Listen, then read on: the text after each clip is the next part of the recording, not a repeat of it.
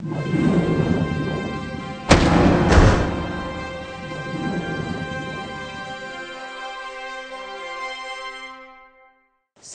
Sarah, how old were you when you started sailing? I started sailing at the age of 6, just at my local sailing club, Queen Mary. And it was one of those things that we didn't sail. I don't come from a sailing background, but my parents wanted my older brother Daniel and I to have an interest. So we tried loads of different sports, and then just through a drinking friend of my dad said, "Oh, you should take them up the sailing club." And we did, had a go, loved it. So what was it about it that you loved? I think at that age, when you're so young, it's just the freedom. You kind of get to that your teenage years, don't you? And your parents become like your your parents, and just to go sailing with complete freedom, and then got hooked on the racing and that competitive edge. Firstly I think it was just the freedom, and then very much the racing side of things. Mm-hmm. So you made the move into racing. What was the point that you sort of got to and thought, yeah, I think I want to be in the Olympics? So some little girls go, I want to be a ballerina, or I want to be an astronaut, or whatever. What was it for you that said, I want to be in the Olympics? I think there were various inspirations. I think, my first sort of Olympic desire came from just watching the Barcelona games, seeing Sally Gunnell, win her gold medal, and just thought, wow, she was amazing. And then I guess my eyes were open to the whole sailing world when, funnily enough, Paul Brotherton came up the sailing club, and I think he was working for Laser at the time, and I had to go in the 4000 with him, and he said, you need to be going in the RWA youth squad. And then when I found out about that, got involved, and then being coached by people like Ian Walker and Johnny Merricks, and just thought, wow, I want to be an Olympic champion. So it's probably more around like age of 16, 17 that I thought, actually, I want to be an Olympic champion. So when you sort of made that, put your sights on it, what sort of level of commitment and dedication do you have to sort of make your way and stand out from the crowd effectively? Yeah, well, I think at youth level, especially in the UK, we're quite lucky because we've got such a good system in place. So, for me, the big event was the Youth Worlds, the ISAF Youth Worlds, and I found out that that's what I needed to go to that event if I was actually going to take my sailing any further. So I can remember going to school and getting there early, and going to the gym, and then sailing every evening after school.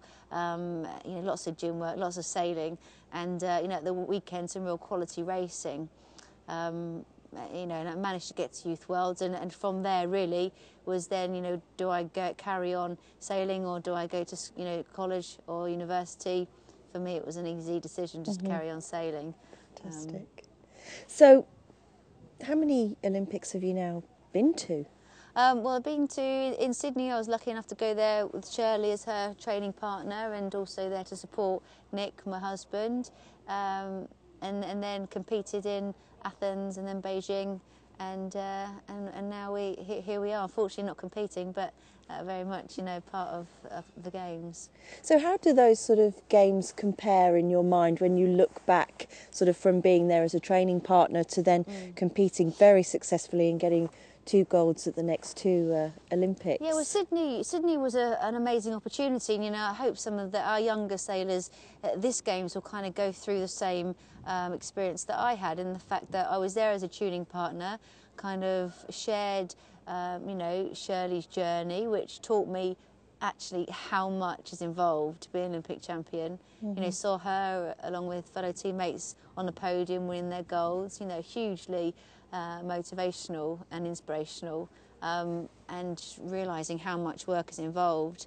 And then, of course, hooking up with Shirley into the Yingling when she asked me to join her team, and then standing on the podium just age 24 in Athens was, the word amazing doesn't really cut it, just such a proud moment, and at that age just really exciting, Olympic champions. Yeah, dreams something come you true. dreamt of, yeah. And just sort of showed me that, hard work and dedication, you kind of, like you say, dreams do come true.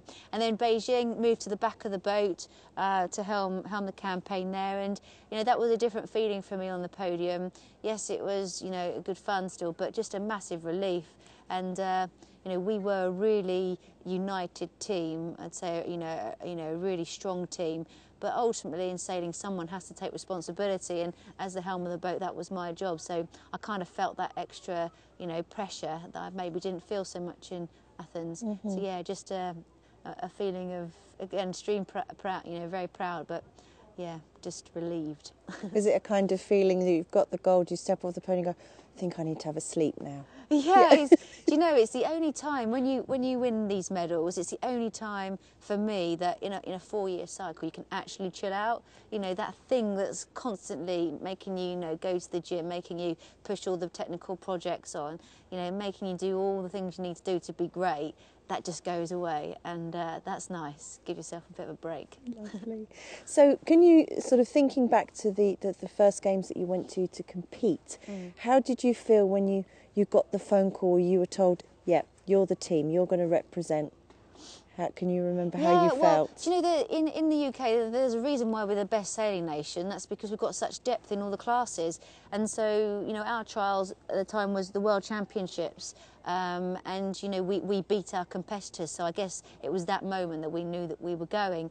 And, you know, I remember Sarah, Webb and I think Shirley flew off home, and Sarah and I were packing away the boat and stuff, and I think we went for a sneaky little half a pint of beer together, and, you know, it's just a really, you know, there we are, you know, qualify for the Olympic Games. That's the biggest hurdle, especially in the UK, you know, actually qualifying, that's the hardest bit. So yeah, massive relief, but also awareness that this is now where the hard work's really going to start. Yeah. Was it equally as exciting the second time? Obviously now you've changed position, or was there a lot more pressure on you? I think, you know, going to Beijing, it was just a completely different circumstance again, because then we were up against Shirley to get that one spot. So, you know, that was really tough. But our goals at that time, we wanted to be world champions, and, you know, if we were world champions, then we would win our spot to the games. But actually, at that moment in time, it was being world champions that, you know, meant the world to us. And when we got that spot, you know, world champions, that was something that we hadn't quite achieved yet. So it was really quite sweet, and it happened just to be our ticket to the games as well. So what would you say is the harder part? Is it the mental challenge of the sailing, or is it the physical challenge of the boat? I think it's, you know, by the time you get to the games, everyone can tack, everyone can jibe, everyone can sail in a straight line fast, you know. You are ready. And I think potentially when it comes into the games, it is, yeah, I guess it's a bit of both, but mentally just staying really solid. You know, it's a long regatta, 11 races, I think every 11 days, a long time to stay focused, you know, being able to switch on, switch off. So yeah, mentally it's tough, and physically it's, you know, looking after yourself, making sure that you can get to race, you know, the final medal race in the same condition. But luckily, being a member of our, you know, team, Scandia's team GBR, then, you know, we're lucky we've got all the specialists in help, in place, helping you to arrive in the best possible shape. Fantastic.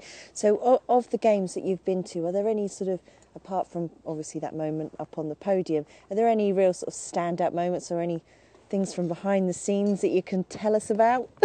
Oh God, what is it? Is it we went way on tour, stays on tour? And all? Yeah. No, I mean, I don't know. It's just, you know, you kind of, this is the pinnacle of our sport, pinnacle of any sport, Olympic Games, and what you experience with, you know, not your immediate team, but the team as a whole is something really special. You know, having stepped away from the sport, it's just that energy, and, you know, you don't get that in everyday life. So that's really, really special. You know, there's not really too much that goes on. It's just everyone kind of knuckling down, getting on with what they need to do. And, you know, as the event progresses, you know, people that are finishing in their first week are there celebrating with the people that finish in the second week, and just a really nice atmosphere and a sort of a sense of team unity and things. So, yeah, no real kind of, you know, gossipy stories, but the good news is just a, you know, really solid team, nice place to be. So, you know, you say about you almost become a family, really, don't you, in that period, and it's a lot of pressure and focus. Is it actually quite hard to come back to reality? You know, you finish the games, you come home, it's like, right, now what? Yeah, I think it all depends on where you finish in the games. You know, having only had success, you know, the time after the games is you have to re-energise for the parties that, you know, you're about to go on tour with, you know, like all the TV shows, magazines, everything. It's a great time. And I think, you know, most of us are then looking for the next thing. So whether it's, you know, a campaign, or for me this time, you know, it was having a family, getting married first, having a family, and yeah, just having a bit of time out. So, you know, but then, you know, depending on if you don't do so well, then I think it is a bit of a winter of gloom and doom, you know. It's tough. Yeah. So where do you keep your medals? Oh, my medals, they're at my parents' house. Yeah, they keep hold of them, keep them nice and safe for me. They must have been overwhelmingly delighted with how well you did. Yeah, it's really nice. I think that's the thing, you know, your parents in our sport, without them, we couldn't do it, because, you know, it does need your parents to drive you around the country, you know, when you're young, doing all the camps, and, you know, it's a lot of investment of time and money. So, yeah, just to be able to kind of to do that, to win an Olympic gold medal is pretty cool for them. Do you think you'll come back to competitive sailing? And if there's ever a time to come back to the sport, it's now with the you know, the three changes, the kite surfing. I don't think I'll do that. No. The skiff and the mixed catamaran, you know, I think it's a really exciting time for females in our sport. It's about time that we had something a bit more, you know, cool and you know, extreme. So yeah, if there is ever a time, now is the time to come back. But we'll see. You'll see. So do you manage to get out sailing? Do you go out as a family, or do you manage to nip off and have a little go on your own? No, the only at the moment is windsurfing, because you know, we can just rig up in like 10 minutes, go out and for a quick half an hour blast and come back in, and that kind of gets my adrenaline up there, and I have a really good time doing that. But hopefully once Nick is finished competing, you know, this time, finished training and things, then we will go and you know, teach Thomas how to sail and get a little boat and yeah, do a bit. It'd be nice. Lovely.